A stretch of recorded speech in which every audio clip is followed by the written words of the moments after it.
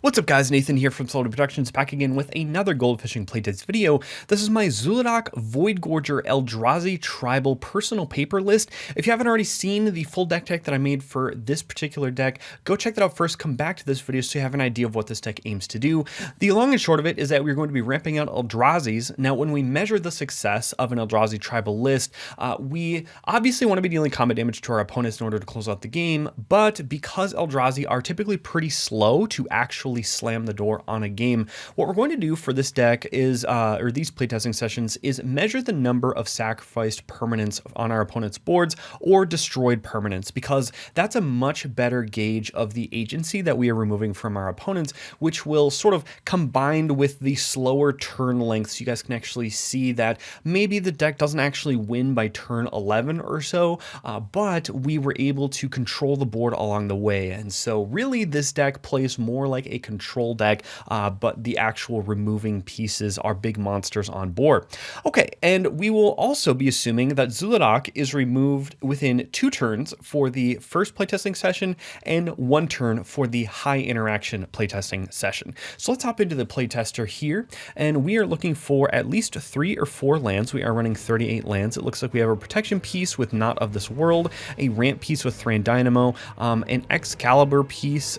So this will cost us, basically result in free cascades off of Zhulodok, and then Ugin is a nice removal piece here. So because we are missing that 4th land, which is somewhat disappointing, that is made up for by the fact that we have a Thran Dynamo in our back pocket and a built-in piece of protection. So we can definitely cast Zhulodok and protect him. Okay, so let's go turn 1, and again, we're looking to win by about turn 10 to turn 11 is the goal range here. So let's play out the Darksteel Citadel, and then we're going to pass, and then we will play out our Cavern of Souls, and because we don't have a turn to play, and our commander obviously costs 6 mana here, then we are going to pass the turn once again. Then we're going to play out another land here, and we unfortunately do not have a turn 3 play, and probably are the blood bag for the table at this point, which is fine. Let's go next to turn 4. Let's play out the Demolition Field, then we'll tap 4 for the Thran Dynamo and slam that right onto the battlefield. Now, unfortunately with Thran Dynamo, we cannot tap it to cast Hedron Archive immediately because Hedron Archive does cost 4, but we have a nice follow-up play next turn. Let's go Scavenger Grounds, and we're going to go 1, 2, 3, 4. We could actually play out Zhulodok. I think we actually like the Zhulodok play here better than ramping, because at this point we probably are going to want a blocker. So I think we have to factor in what the rest of the table is doing here. So let's go 1, 2, 3, 4, 3, 4, 5, 6, and then we play out that Zhulodok holding up 2 mana. So that actually means we can, if we have 2 mana remaining, silly me, that means we have the math capable to actually play out that Hedron Archive first. So let's tap that for 4, then we go 1, 2, 3, 4, 5, 6, and we will cast our Zhulodok. We can have our cake and eat it too, folks. So Zhulodok says, call out spells you cast from your hand with mana value 7 or greater have Cascade, which is awesome. So Not of This World, we're going to assume that Zhulodok is not targeted the first turn we have it in play, but we're going to hold that for next turn. So then we play out our Thespian Stage, and now we are cooking with mana. We've got 5, 6, 7, 8, 9, 10, 11 mana to do what we want with. Excalibur is going to cost, I believe, 0 at this point, so I think the goal here would be to cascade as much as we possibly can, and I think at this point we probably want to be removing the board. So here's what we're going to do. What we would normally do in a situation staring down the barrel of possible interaction would be to tap for 1, 2, 3, 4, 5, 6, 7, 8, 9, and then we would play out the Portal to Phyrexia. We would see what our opponents would do in response. If they targeted Zhulodok, we could then play out the Not of This World as well, but Portal to Phyrexia will relieve a lot of pressure from us. So when this ETBs, each opponent sacrifices 3 creatures, but it won't enter the battlefield yet because we have some cascading to be doing. So we will cascade into a Felwar Stone, which I will do this. It will go to my hand, but it's just so that I can have things neatly arranged on the battlefield here. And then our second cascade trigger is going to result in a Scampering Surveyor, which will ETB and search for a basic land card or cave card, and we will grab Urza's Cave, which will allow us to actually ramp into Ancient Tomb. So that will enter the battlefield tapped, and then these will go on the bottom of our library in a random order. Okay, very successful ramp turn here. And so we have 1 mana remaining, actually 3 mana, I'm sorry, with Hedron Archive. Now we can also play out our Excalibur for 0, and we can get another double Cascade off of Zhulodok. So we're going to go ahead and resolve the Cascade triggers. So Mystic Forge is some nice card advantage, which says you may look at the top card of your library anytime. You may cast artifact spells and color spells from the top of your library. Tap, pay 1 life, exile the top card of your library. So I wonder if, oh, that is awesome. Okay, so then we are also going to cascade into a Mind's Eye, which is one of my favorite cards in this whole deck, just a blast from the past. I love Mind's Eye to draw some cards. So that will go onto the battlefield as well. Whenever an opponent draws a card, you may pay 1 if you do draw a card. And then these will go to the bottom of the library shuffled. Okay, so we're going to then reveal the top card of our library, and we can play this card. Now, we do have 3 mana up here, and I would actually like to save that mana for Mind's Eye, although we do have the Eldritch immunity on top. So here's what I would do. I would probably save the Felwar Stone for an activation of Mystic Forge. Not Mystic Forge. We would save 1 for the activation of Mind's Eye, and then we'd also hold up our Eldritch immunity here for protection. So if we assume that, once again, Zhulodok is targeted, what we could do is then, so let's say we pass the turn on our opponent's upkeep, they draw a card, and so we will pay 1, the Felwar Stone, to also draw a card. And then if Zhulodok is targeted, we can cast Not of this World to Cascade again. So here's what we're going to do. We're going to Cascade. Mind Stone will enter the battlefield untapped, which is going to grant us even more mana to activate that Mind's Eye. And then we have a Forsaken Monument, which is absolutely bonkers in this deck. My goodness. This is going to double the mana produced by permanents that produce colorless, and colorless creatures you control get +2/+2.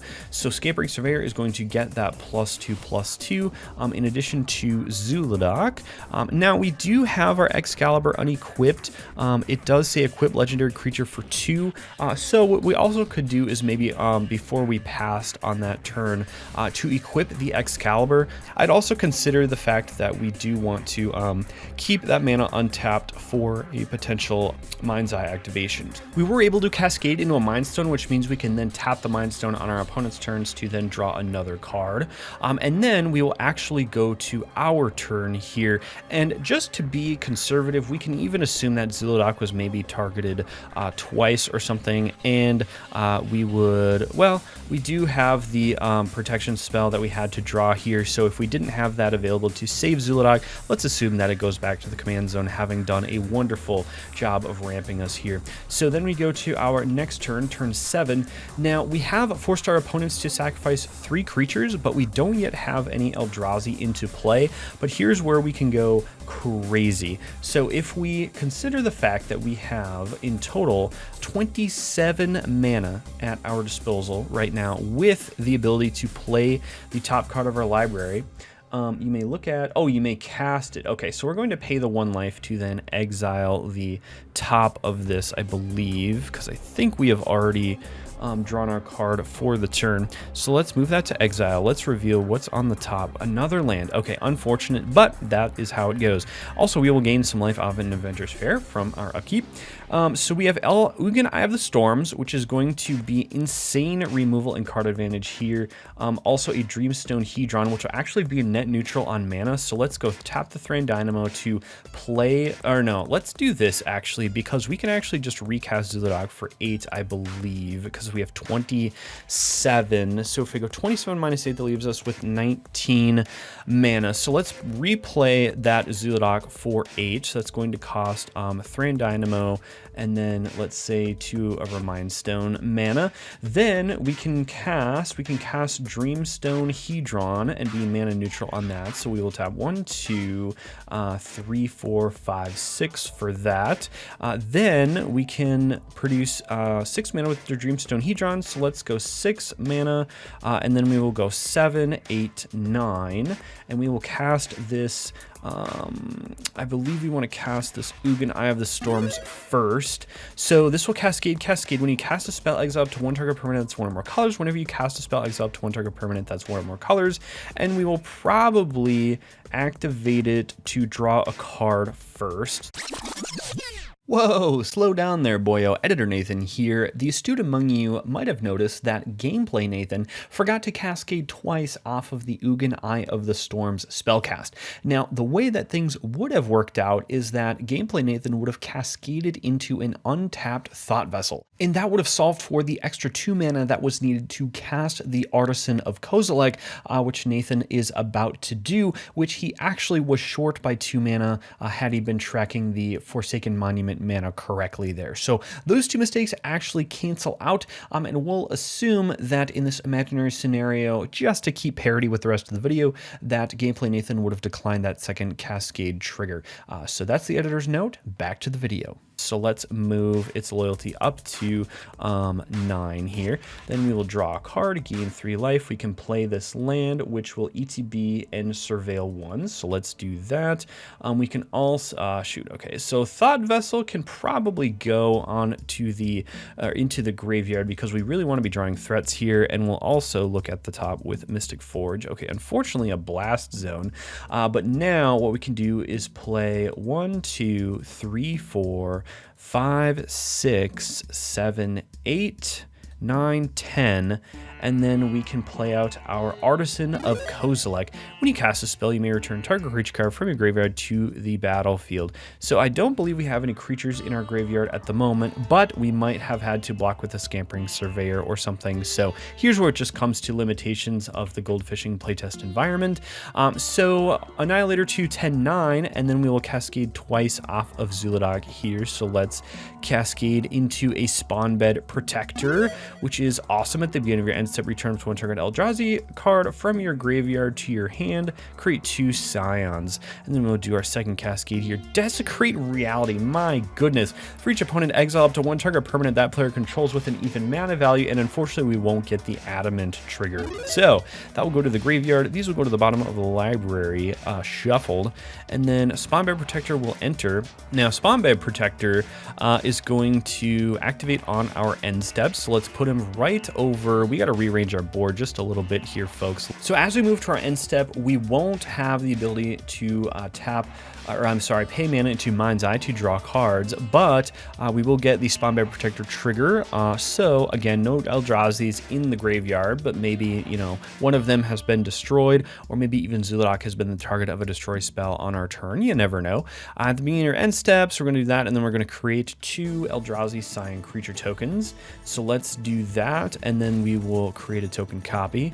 If we have not encountered a board wipe, this will be pretty dangerous for our opponents at this point, but who knows what they have on board. So these will get a total of +2/+2 off of the Forsaken Monument. Okay, so as we go into our next turn, we have a lot of opportunity to destroy our opponent's things. The Artisan of Kozilek has Annihilator 2.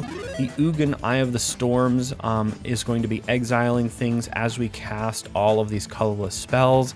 At this point, I think we can pretty much assume that our opponents are pretty locked down because Ugin has been sniping things this whole time off of Cascade triggers.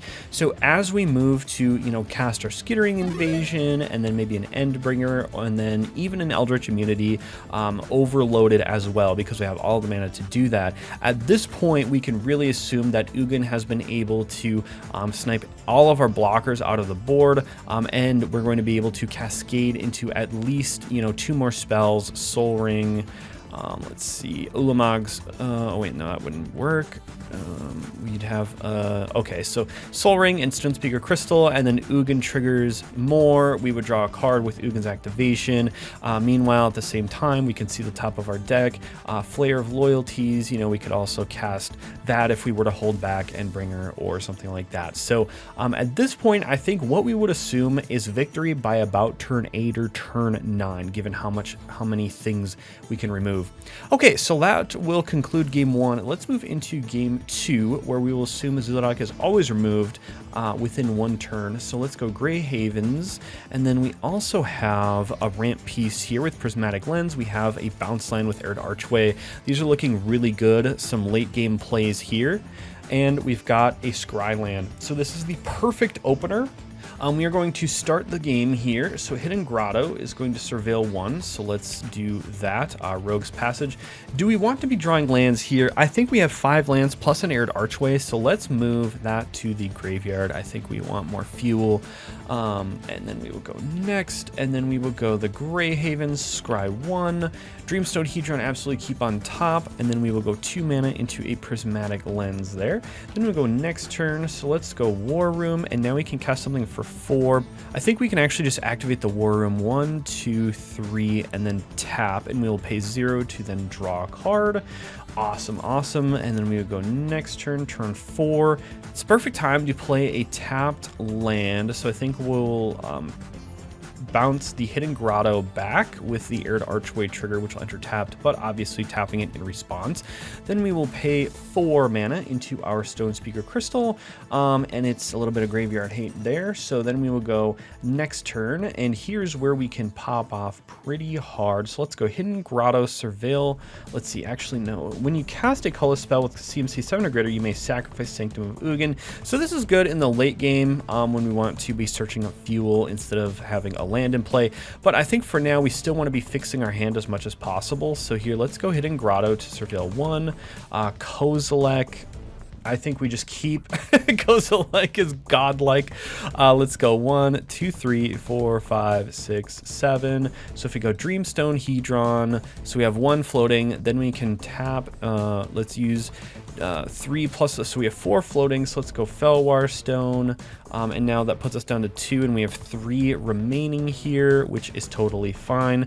So now, given that we have ramped sufficiently, it's time to play the Zhulodok Demolition Field. 1, 2, 3, 4, 5, 6 for Zhulodok, my boy. 1, 2, 3, 4, 5, 6, 7. Look at that. We have enough for a Bane of Balaged. When it attacks, defending player exiles 2 permanents they control. We're going to cascade off of that. So Allah's Dust can't be hit because it needs to be less than 7. So we're going to keep cascading here. A Thran Dynamo. Oh my goodness. That is awesome to see. And then a Hilda's Crown of Winter, also awesome to see, which will allow us to draw a bunch of cards there. Okay, and then as promised, we will assume that Zhulodok is removed, having ramped us a little bit. That is totally fine. So then let's go maybe on our opponent's turn. There's some tapped creatures out there, so maybe we assume we can use up our Thran Dynamo mana to then crack the Hilda's Crown of Winter. Let's say we draw, I'm going to say average case is we draw 3 cards. So let's go next turn. Okay, let's sort our hand a little bit here. We've got a Chromatic Orrery. We've got all kinds of big beaters here with Kozilek. Okay, so we have a total of 18 potential mana if we play out the Ugin's Labyrinth. When it enters the battlefield, you may exile a colorless card of mana value 7 or greater from your hand, which we're actually going to exile. Spawnbed Protector, I believe. So let's just put that into exile temporarily under the Ugin's Labyrinth, but it can be returned to our hand here. So now what we can do is we can go 1, 2, 3, 4, 5, 6. Let's see, 7, and then 8 to recast our friend Zhulodok.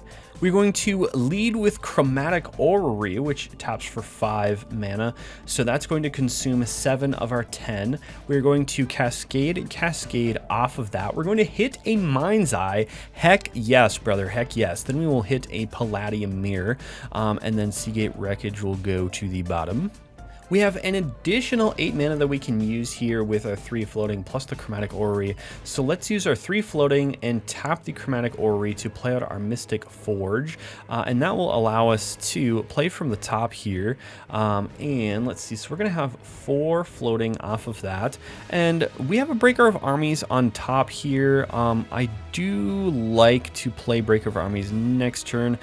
So I would like to use the 4 mana we have floating here, but unfortunately there's nothing that fits easily into that. So let's just go next turn, turn 8.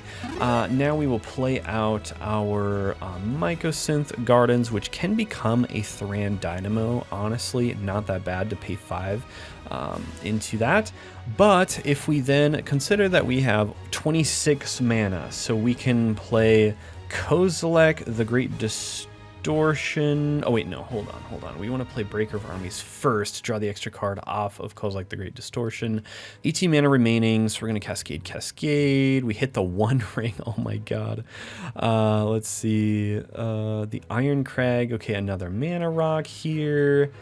Ulamog's Crusher. These will go to the bottom, shuffled. As is our right, we will reveal the top card of our library, and we will pay 1 life to exile the land we see on the top of our library.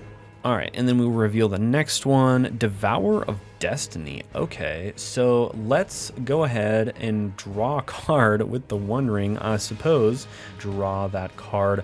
And then I think we can play, or no, I'm sorry, before we do that, what am I thinking? Let's play out the Kozilek the Great Distortion. So that puts us down to 8 mana remaining, or no, I'm sorry, 9 with the Iron Crag having entered. So we have 9, and then we are going to draw equal to the difference. So 1, 2, 3, 4, 5. We will reveal the top, as is our right. Okay, so we have, I think, 8 remaining off of that. And oh crap, I needed to cascade. We need to cascade before we draw those cards, unfortunately. Okay, so Devour of Destiny would enter, and then also Scampering Surveyor would enter, and then they would go on the top in this order. Then we would draw 5, and then we would have Scampering Surveyors, ETB, although technically that would resolve first, but who cares? Mice will go to the battlefield tapped. I'm losing track of my mana here. Devour of Destiny, exile target member, that's one of our colors, great. Okay, we will reveal the top. Let's see, and I think we had 8 mana remaining. Off of that, this is getting really hard to track, folks. Then we go Skitty State, Leveler, Destroy a Thing. At this point, I don't know how much mana I have. We don't need to pay any mana into the Mind's Eye. And let's assume Chromatic Orrery was used, and then Dreamstone Hedron, and oh my god, did I even, and then now, and now we can attack with, like, I don't know, so many Annihilator triggers, man. I mean, this is, okay, then we go next turn. This would have to be victory by turn 9, right? I mean, like, we'd be able to swing with the Bane of Balagad in combat. Breaker of Armies would destroy somebody's board. Kozilek has Menace. Cityscape Leveler would be able to attack to destroy something. So that's just, this would just get so crazy. Kozilek, we would be able to cast this, draw another 4 cards. This has Annihilator 4, also Desecrate Reality, which would be able to cast on the same turn. Eldrazi Confluence to take care of little small creatures. Oh my god, okay. What a game. What a game. And honestly, Zhulodok would have been removed, but that's okay.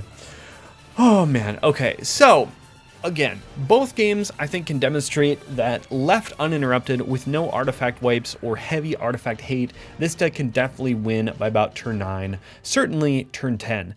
So that is my Zhulodok Void Gorger Eldrazi tribal deck. Let me know if you guys enjoyed this. Leave a like on it if you enjoyed the video. Subscribe if you want to see more, and you can always support me and my channel by checking my Patreon linked down below. That's it, folks. See ya.